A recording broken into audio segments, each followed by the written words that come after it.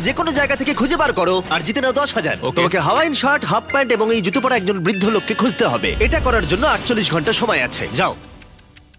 আমি যাব ওকে আমি এখন যাচ্ছি কাবো, কারণ আমার ছবি দেখে মনে হচ্ছে লোকটা সমুদ্রের কাছাকাছি থাকে। আমি এই মিস্টার ইমোজিকাইকে খোঁজার জন্য যা খুশি তাই করতে পারি। যখন আমি প্রথম মেক্সিকো গেলাম, প্রথমেই আমি একটা বোট রেন্ট নিলাম। আমি অনেকগুলো বয়স্ক মানুষ দেখলাম, কিন্তু কেউ তাদের মধ্যে হাওয়াইন শার্ট পরেছিল না। ওরা ওখানে অনেকজন ছিল, কিন্তু তাদের মধ্যে কেউই একটা হাওয়াইন শার্ট পরেছিল না। আমি একটা পারফেক্ট ম্যাচ খুঁজে তো পেলাম, কিন্তু উনি এটা খেলতে চান না।